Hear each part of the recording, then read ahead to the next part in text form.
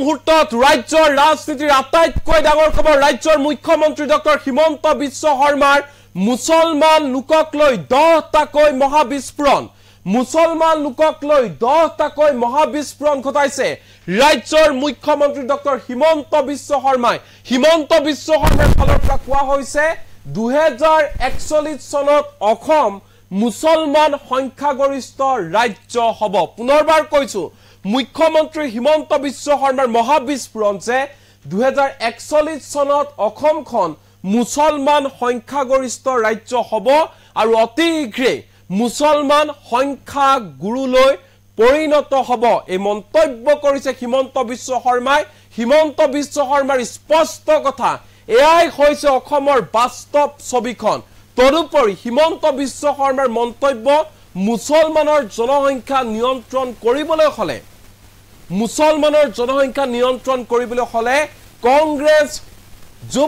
কংগ্ৰেছৰ যুবৰাজ বিৰোধী দলপতি ৰাহুল গান্ধী হ'ব লাগিব ব্ৰেণ্ড এম্বেছাডৰ মুছলমানৰ এই মন্তব্য কৰিছে মুখ্যমন্ত্ৰী হিমন্ত বিশ্ব শৰ্মাৰ ফালৰ পৰা কোৱা হৈছে মুছলমানে যদিহে কথা শুনে তেনেহলে ৰাহুল গান্ধীৰ কথা শুনে হিমন্ত বিশ্ব শৰ্মাৰ কথা নুশুনে তেওঁলোকে কেৱল মাত্ৰ ৰাহুল গান্ধীৰ কথা শুনে হেবাবে ৰাহুল গান্ধী হ'ব লাগে ব্ৰেণ্ড এম্বেছাডৰ এই মুহূৰ্তৰে ডাঙৰ খবৰ জনাইছে নিটক্সৰ দৰ্শকক বিগ পলিটিক্যাল নিউজ 2041 অসম মুছলমান সংখ্যাগৰিষ্ঠ ৰাজ্য হ'বলৈ গৈ আছে মুছলমানক লৈ 10টাকৈ মহাবিস্ফোৰণ মুখ্যমন্ত্ৰী হিমন্ত বিশ্ব শৰ্মাৰ প্ৰত্যেক 10 বছৰত 29% বৃদ্ধি পাইছে মুছলমানৰ সংখ্যা 2011 চনৰ পৰা ৰাজ্যত দ্ৰুতগতিত বৃদ্ধি পাবলৈ ধৰিছে মুছলমানৰ সংখ্যা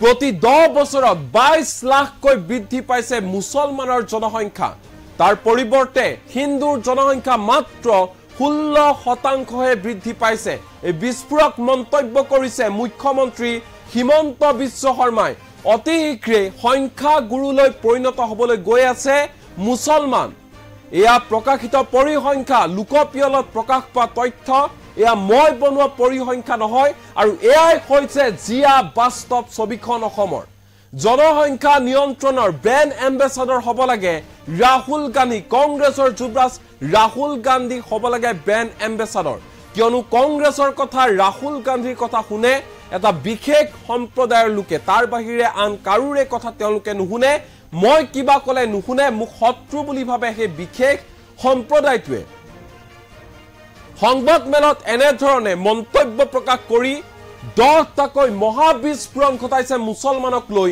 ৰাজ্যৰ মুখ্যমন্ত্ৰী ডক্টৰ হিমন্ত বিশ্ব শৰ্মাই ঝাৰখণ্ডত যদি আমি চাওঁ ঝাৰখণ্ডত নিৰ্বাচনী প্ৰচাৰ চলাই সংবাদ মেল পাতি মুখ্যমন্ত্ৰী হিমন্ত বিশ্ব শৰ্মাৰ ফালৰ পৰা কোৱা হৈছে যে অসমত মুছলমানৰ সংখ্যা 40% লৈ বৃদ্ধি পাইছে আৰু বৰ্তমান সময়ত এয়া মোৰ বাবে জীৱন মৰণৰ খেল মুখ্যমন্ত্ৰী হিমন্ত বিশ্ব শৰ্মাৰ এই মন্তব্যৰ পিছতে ৰাজ্যজুৰি ব্যাপক প্ৰতিক্ৰিয়াৰ সৃষ্টি হৈছিল সকলোৱে ককৰ্থনা কৰিছিল তদুপৰি দেখিবলৈ পোৱা গৈছিল মুখ্যমন্ত্ৰী হিমন্ত বিশ্ব শৰ্মাৰ এই মন্তব্যক সমৰ্থন জনাইছিল হিন্দুত্ববাদী নেতা প্ৰবীণ ভাই তুগাৰিয়াই হিমন্ত বিশ্ব শৰ্মাক আহ্বান জনাইছিল বাংলাদেশী মুছলমান মুক্ত অসম নিৰ্মাণ কৰিবলৈ প্ৰবীণ ভাই তুগাৰিয়া আৰু ইয়াৰ পিছত পুনৰ এবাৰ দেখিবলৈ পোৱা গৈছে ৰাজ্যৰ মুখ্যমন্ত্ৰী ডক্টৰ হিমন্ত বিশ্ব শৰ্মাই মুছলমানক লৈ এই 10টাকৈ মহাবিস্ফোৰণ ঘটাইছে হিমন্ত বিশ্ব শৰ্মাই 2041 চনত অসম মুছলমান সংখ্যাগৰিষ্ঠ ৰাজ্য হ'বলৈ গৈ আছে সংখ্যাগুৰুলৈ পৰিণত হ'ব মুছলমান তদুপৰি হিমন্ত বিশ্ব শৰ্মাৰ মন্তব্য যে প্ৰত্যেক 10 বছৰত 29% বৃদ্ধি পাইছে ৰাজ্যত মুছলমানৰ সংখ্যা 2011 চনৰ পৰা ৰাজ্যত দ্ৰুতগতিত বৃদ্ধি পাইছে মুছলমানৰ সংখ্যা প্ৰতি 10 বছৰত 22 লাখকৈ বৃদ্ধি পাইছে মুছলমানৰ জনসংখ্যা কিন্তু ইয়াৰ পৰিৱৰ্তে হিন্দুৰ জনসংখ্যা মাত্ৰ 16% বৃদ্ধি পাইছে শীঘ্ৰে সংখ্যা গুৰুলৈ পৰিণত হ'ব মুছলমান আৰু এয়াই হৈছে জিয়া বাস্তৱ ছবিখন পলম নকৰো কি কৈছে হিমন্ত বিশ্ব শৰ্মাই মন দি শুনিব স্যাৰ সৰকাৰি বুলি কৈছে যেতিয়া 40% মুসলিমৰ পপুলেশনৰ কথা এটা মানে ডেটা হয় সেই ডাটাটোৰ বিষয়ে অকমান ক'ব নেকি স্যাৰ? ডাটাটো একো নাই 2011 36%, গতিকে 10 পৰা 11 কিমান পাৰ্চেণ্ট বাঢ়িলে, 11 পৰা 21 কিমান পাৰ্চেণ্ট বাঢ়িব, 21 পৰা 31 কিমান পাৰ্চেণ্ট বাঢ়িব, এটা এটা ষ্টেটিষ্টিকেল স্যাম্পলিং হয়। এটো ডেটা আপুনিও গৈ গুগলত মাৰি ল'ব পাৰে। 11ত অসমত মুছলিম কিমান আছিল, 1ত কিমান আছিল, 1991ত কিমান আছিল, 1981ত কিমান আছিল, প্ৰত্যেক বছৰে কিমান পাৰ্চেণ্ট বাঢ়ি আছে। প্ৰত্যেক 10 বছৰত মুছলিম পপুলেশ্যন অসমত 29% কৰি বাঢ়ি আছে। 35 আছিলে, 34 হ'ল, 29 হ'ল। কিন্তু ৰাফলি প্ৰত্যেক 10 বছৰৰ মূৰে মূৰে 30%, 29/30, 30% মুছলিম বাঢ়ি আছে। 1,40,00,000 মুছলমান আছিলে 2011ত, 30% বাঢ়িলে কিমান হ'ল, নেক্সট 30% বাঢ়িলে কিমান হ'ল। হিন্দু বাঢ়িছে 16%। গতিকে প্ৰত্যেক 10 বছৰত ইন কম্পেয়াৰ টু মুছলিম হিন্দু, মুছলিম 16% বাঢ়ে। গতিকে 16% হলে কিমান হ'ব, 1,40,00,000 আছে, 16% হলে 22 লাখ। প্ৰত্যেক 10 বছৰৰ মূৰত 22 লাখ মুছলিম অসমত বাঢ়ে। গতিকে 2011 পৰা 21ত 22 লাখ বাঢ়িলে, 21ৰ পৰা 31ত 22 লাখ, 31ৰ পৰা 41ত 22 lakh, then they become majority. এইটো এটা পৰিসংখ্যা যিটো মই কোৱাৰ কাৰণে হিমন্ত বিশ্ব শৰ্মাই কৈছে এনেকুৱা লাগি আছে, মই কোৱা নাই, ইণ্ডিয়ান সেন্সাসে কৈ আছে। এইটো মোৰ কোৱা তথ্য নহয় এইটো। গতিকে আপোনালোকেও যদি যিকোনো কুল মাইণ্ড লৈ কম্পিউটাৰটোত বহি লয়, আৰু এইবিলাক পাব্লিছ ডাটা, হিন্দু কিমান, মুছলিম কিমান, খ্ৰীষ্টিয়ান কিমান, বৌদ্ধ কিমান, জৈন কিমান, দিজ আৰ পাব্লিছ ডাটা, প্ৰকাশিত পৰিসংখ্যা হয়। ইয়াত মই বনাবলগীয়া একো নাই, মোৰ ডাটা নহয় এইটো অসমৰ বাস্তৱ যে 2041 চনত অসম এখন মুছলিম মেজৰিটি ষ্টেট হ'ব। সেইটোত কোনো না আপুনি ৰাখিব পাৰে না মই ৰাখিব পাৰোঁ। চহৰত এৱাৰনেছৰ কি কাম আছে, এইটো আৰু অদ্ভুত প্ৰশ্ন। এইটো চহৰত কি এৱাৰনেছ কৰিব, এৱাৰনেছত কাম হ'লেতো দেশ বহুত কিবা কিবি হৈ গ'লহেঁতেন। সেইকাৰণে আমি এৱাৰনেছো নকৰোঁ, তাত এৱাৰনেছ কৰি কি লাভ আছে। উপায় নাই নেকি? উপায় কিছুমান উপায় আমি কৰিছোঁ, শ্ল' ডাউনটোতো হৈছে, কিন্তু সেইখিনি ৰাজহুৱাভাৱে পতা কথা নহয়। কিছুমান কাম আমি কৰিছোঁ, বহুত মানুহে সহায় কৰিছে, বহুত ভাল ৰিজাল্টো আছে। কিন্তু এইখিনি কোৱা মানে তেওঁলোকে আকৌ তাৰ বিপৰীতে 10টা কাম কৰে। এটা সৰুৱে কথা কৈছোঁ, পজিটিভ কথা কৈছোঁ। যদি নিযুত মইনা আঁচনিখন হয়, 3 লাখ ছোৱালীয়ে যদি নিযুত মইনাৰ আঁচনি পায়, তেওঁলোকেতো ডক্টৰ ইঞ্জিনিয়াৰ হ'ব, তেওঁলোকেতো বাচ্চা জন্ম দিব নোখোজিব।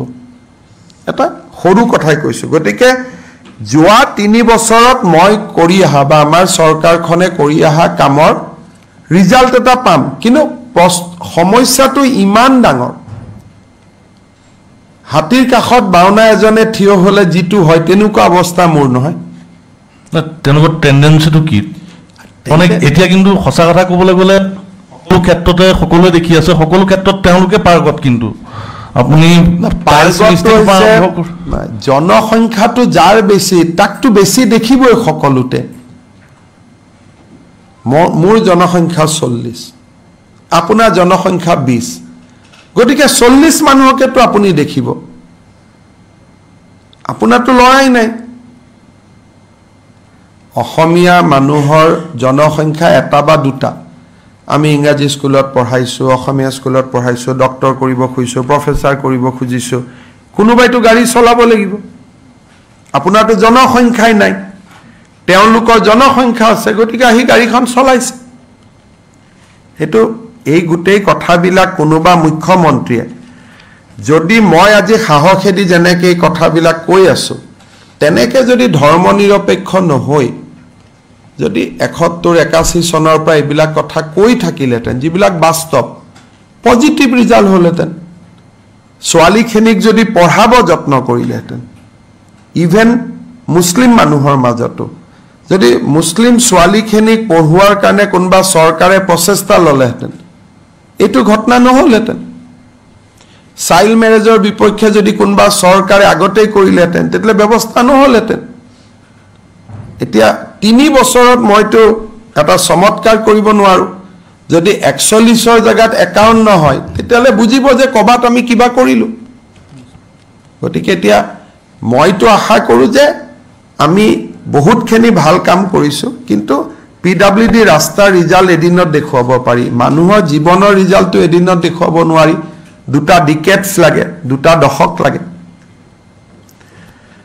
এসময়ত মই স্বাস্থ্যমন্ত্ৰী থাকোঁতে মেল ষ্টাৰিলাইজেশ্যন 2009 চনত 1 লাখ পুৰুষৰ বন্ধ্যাকৰণ আমি কৰিছিলোঁ। পিছত লাহে লাহে প্ৰগ্ৰেমটো নোহোৱা হৈ গ'ল। গতিকে প্ৰচেষ্টাবিলাক কণ্টিনিউৱাছ চলাই থাকিলে বহুত সফল হ'ব পাৰি। আৰু এনেকুৱাও নহয় যে সকলোৱে 5টা 6টা 8টা সন্তান জন্ম দি ভাল পায়, এনেকুৱাও নহয়। তাত কিছুমান এনাবিলিং ফেক্টৰ থাকে, যাৰ কাৰণে সংখ্যাটো বাঢ়ি যায়। এতিয়া এই মানুহখিনিক যদি আপুনি ভোট বুলি ভাবে, আৰু পলিটিকেল লিডাৰ্ছে যদি পপুলেশ্যন কণ্ট্ৰল মুভমেণ্টটোত জড়িত নহয়, আমি ক'ৰ পৰা কৰিম? আজি যদি যিবিলাক মুছলমান সমাজৰ মাজত যিবিলাক পলিটিকেল লিডাৰ আছে, নিজৰ তেওঁলোকৰ 2টা সন্তান, কিন্তু তেওঁলোকে গাঁৱত গৈ এইটো ভাষণ নিদিয়ে যে আপোনালোকৰ সন্তানটো 2টা ৰাখিব। মই ক'লেতো মোক নামানে নহয়, মোকতো শত্ৰু বুলি ভাবিব। যাক বন্ধু বুলি ভাবে তেওঁলোকে সামাজিক দায়িত্বটো ল'ব লাগিব না। সেইটোৱে হৈছে কথা। সেইকাৰণে এটা অৱধাৰিত যিটো হৈ আছে ঘটনা, যে পপুলেশ্যনৰ এতিয়া চবে মোক সুধি আছে, হিমন্ত বিশ্ব শৰ্মাই ভুল তথ্য দিছে। মই ক'ত তথ্য দিছোঁ? এতিয়া মোৰ তথ্য নহয়। বৰপেটাত গ'লেই তথ্যটো গম পাব, ধুবুৰীত গ'লেই গম পাব। এইবিলাক আৰু তথ্য দিয়া কথা নেকি? য'ত য'ত সংখ্যাটো বাঢ়ি গৈ আছে, সেই জেগাটো থিয় হ'লেই গম পাব বাঢ়িছে নে কমিছে। গুৱাহাটীত ওলা উবেৰত ঘূৰিলে গম পাব 10 জনৰ ভিতৰত 9 জনেই এটা বিশেষ ধৰ্মাৱলম্বী।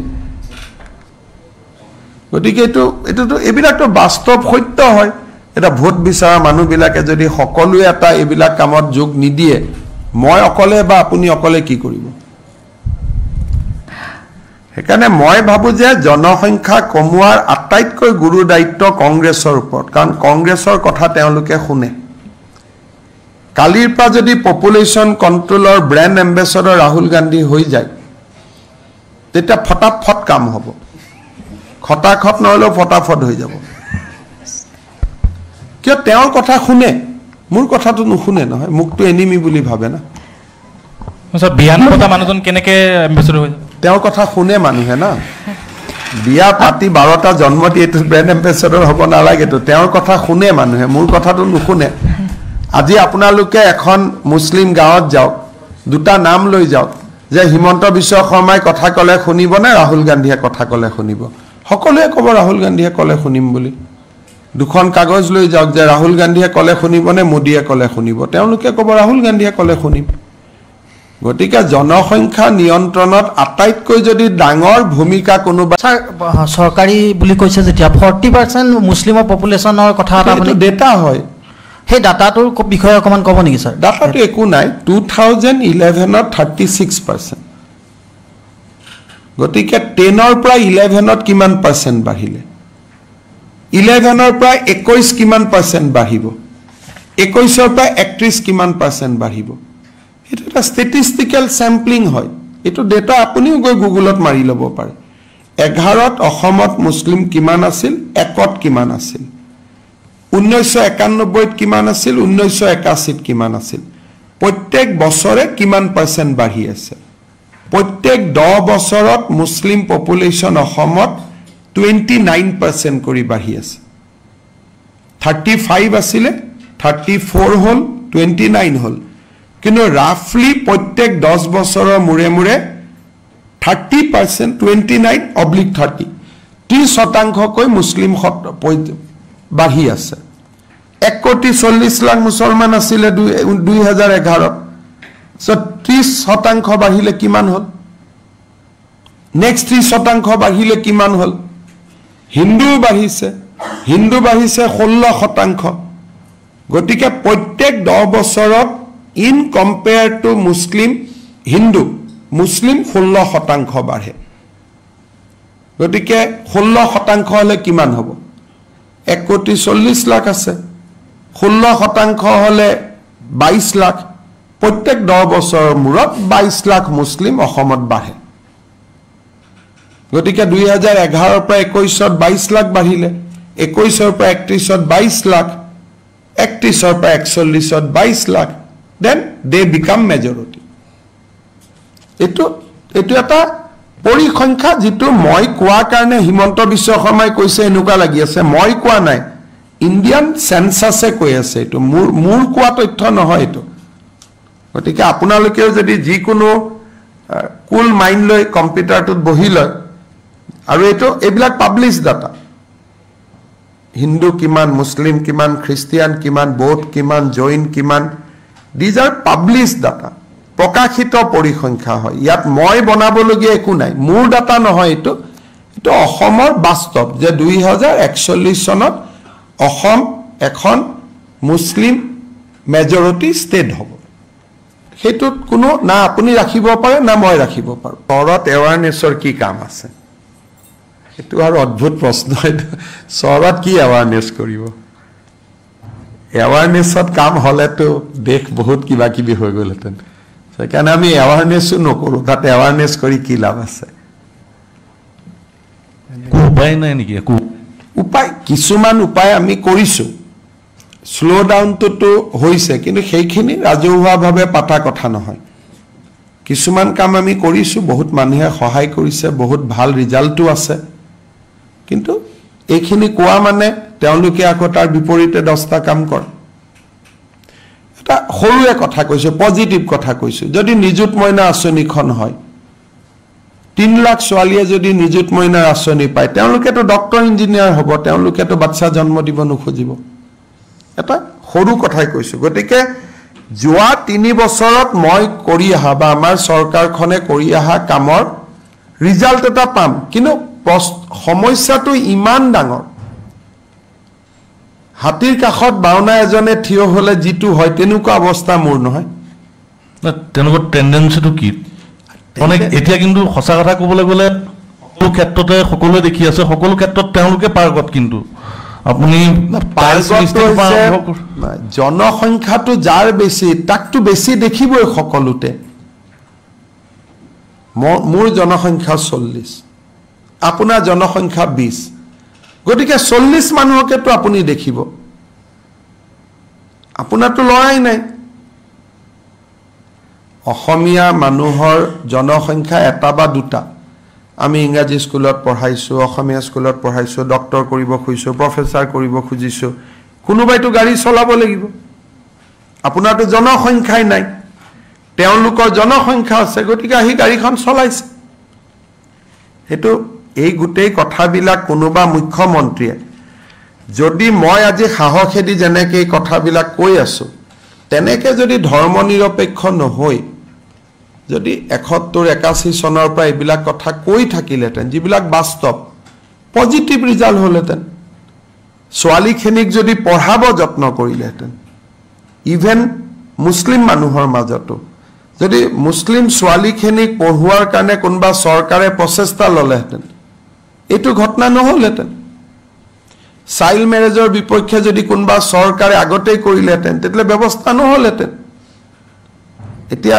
3 বছৰত মইতো এটা চমৎকাৰ কৰিব নোৱাৰো যদি 41ৰ জায়গাত 51 হয় তেতিয়ালে বুজিব যে কবাত আমি কিবা কৰিলো গতিকে এতিয়া মইতো আশা কৰো যে আমি বহুতখিনি ভাল কাম কৰিছো কিন্তু পিডব্লিউডি ৰাস্তাৰ ৰিজাল্ট এদিনত দেখুৱাব পাৰি মানুহৰ জীৱনৰ ৰিজাল্টটো এদিনত দেখুৱাব নোৱাৰি দুটা ডিকেডছ লাগে দুটা দশক লাগে এসময়ত মই স্বাস্থ্য মন্ত্ৰী থাকোতে মেল ষ্টাৰিলাইজেশ্যন 2009 চনত 1 লাখ পুৰুষৰ বন্ধাকৰণ আমি কৰিছিলো পিছত লাহে লাহে প্ৰগ্ৰামটো নোহোৱা হৈ গ'ল গতিকে প্ৰচেষ্টাবিলাক কণ্টিনিউৱাছ চলাই থাকিলে বহুত সফল হ'ব পাৰি আৰু এনেকুৱাও নহয় যে সকলোৱে 5টা 6টা 8টা সন্তান জন্ম দি ভাল পায় এনেকুৱাও নহয় তাত কিছুমান এনাবিলিং ফেক্টৰ থাকে যাৰ কাৰণে সংখ্যাটো বাঢ়ি যায় এতিয়া এই মানুহখিনিক যদি আপুনি ভোট বুলি ভাবে আৰু পলিটিক্যাল লিডাৰছে যদি পপুলেশ্যন কন্ট্ৰোল মুভমেন্টত জড়িত নহয় আমি ক'ৰ পৰা কই আজি যদি যিবিলাক মুছলমান সমাজৰ মাজত যিবিলাক পলিটিক্যাল লিডাৰ আছে নিজৰ তেওঁলোকৰ দুটা সন্তান কিন্তু তেওঁলোকে গাঁৱত গৈ এইটো ভাষণ নিদিয়ে যে আপোনালোকৰ সন্তানটো দুটা ৰাখিব মই কলেতো মোক নামানে নহয় মুকটো শত্ৰু বুলি ভাবিব যাক বন্ধু বুলি ভাবে তেওঁলোকে সামাজিক দায়িত্বটো ল'ব লাগিব না হেতুৱে হৈছে কথা এই কাৰণে এটা অবধাৰিত যেটো হৈ আছে ঘটনা যে পপুলেশ্যনটা এটা সবে মোক খুদি আছে হিমন্ত বিশ্ব শৰ্মাই ভুল তথ্য দিছাৰে মই ক'ত তথ্য দিছে এটা মোৰ তথ্য নহয় বৰপেটাত গ'লে তথ্যটো গম পাব ধুবুৰীত গ'লে গম পাব এইবিলাক আৰু তথ্য দিয়া কথা নেকি য'ত সংখ্যাটো বাঢ়ি গৈ আছে সেই জায়গাটো থিয় হলে গম পাব বাঢ়িছে নে কমিছে গুৱাহাটীত উলা উবেৰত ঘূৰিলে গম পাব 10 জনৰ ভিতৰত 9 জনেই এটা বিশেষ ধৰ্মাৱলম্বী গতিকে এটোটো এবিলাকটো বাস্তৱ সত্য হয় এটা ভোট বিচাৰা মানুহবিলাকে যদি সকলোৱে এটা এবিলাক কামত যোগ নিদিয়ে মই অকলে বা আপুনি অকলে কি কৰিব সেইকাৰণে মই ভাবো যে জনসংখ্যা কমোৱাৰ আটাইতকৈ গুৰু দায়িত্ব কংগ্ৰেছৰ ওপৰত কাৰণ কংগ্ৰেছৰ কথা তেওঁলোকে শুনে কালিৰ পৰা যদি পপুলেশ্যন কন্ট্ৰোলৰ ব্ৰেণ্ড এম্বেছাডৰ ৰাহুল গান্ধী হৈ যায় তেতিয়া ফটাফট কাম হ'ব খটাখট নহলেও ফটাফট হৈ যাব কিয় তেওঁৰ কথা শুনে মোৰ কথাটো নুশুনে নহয় মুকটো এনিমি বুলি ভাবে না স্যাৰ বিয়ান পতা মানুহজন কেনেকে এম্বেছাডৰ হৈ তেওঁৰ কথা শুনে মানুহে না বিয়া পাতি 12টা জন্ম দি এটো ব্ৰেণ্ড এম্বেছাডৰ হ'ব নালাগে তো তেওঁৰ কথা শুনে মানুহে মোৰ কথাটো নুশুনে আজি আপোনালোকে এখন মুছলিম গাঁৱত যাওক দুটা নাম লৈ যাওক যে হিমন্ত বিশ্ব শৰ্মাই কথা কলে শুনিব নে ৰাহুল গান্ধীয়ে কথা কলে শুনিব সকলোৱে ক'ব ৰাহুল গান্ধীয়ে কলে শুনিম বুলি দুখন কাগজ লৈ যাওক যে ৰাহুল গান্ধীয়ে কলে শুনিব নে মোদীয়ে কলে শুনিব তেওঁলোকে ক'ব ৰাহুল গান্ধীয়ে কলে শুনিম গতিকে জনসংখ্যা নিয়ন্ত্ৰণত আটাইতকৈ যদি ডাঙৰ ভূমিকা কোনোবা চৰকাৰী বুলি কৈছে যেতিয়া 40% মুছলিমৰ পপুলেশ্যনৰ কথা আপুনি ডেটা হয় সেই ডাটাটোৰ বিষয়ে অকমান ক'ব নেকি স্যাৰ ডাটাটো একো নাই 2011 ত 36% গতিকে 10 পৰা 11 ত কিমান পাৰ্চেন্ট বাঢ়িলে 11 পৰা 21 কিমান পাৰ্চেন্ট বাঢ়িব 21 পৰা 31 কিমান পাৰ্চেন্ট বাঢ়িব এটা এটা ষ্টেটিষ্টিক্যাল স্যাম্পলিং হয় এটো ডেটা আপুনিও গৈ গুগলত মাৰি ল'ব পাৰে 11 ত অসমত মুছলিম কিমান আছিল 1 ত কিমান আছিল 1991 ত কিমান আছিল 1981 ত কিমান আছিল প্ৰত্যেক বছৰে কিমান পাৰ্চেন্ট বাঢ়ি আছে প্ৰত্যেক 10 বছৰত মুছলিম পপুলেশ্যন অসমত 29% কৰি বাঢ়ি আছে 35 আছিল 34 হল 29 হল কিন্তু ৰাফলি প্ৰত্যেক 10 বছৰৰ মুৰে মুৰে 30% 29/30 30% কৈ মুছলিম বাঢ়ি আছে 1,40,00,000 মুছলমান আছিল 2011 সো 30% বাঢ়িলে কিমান হল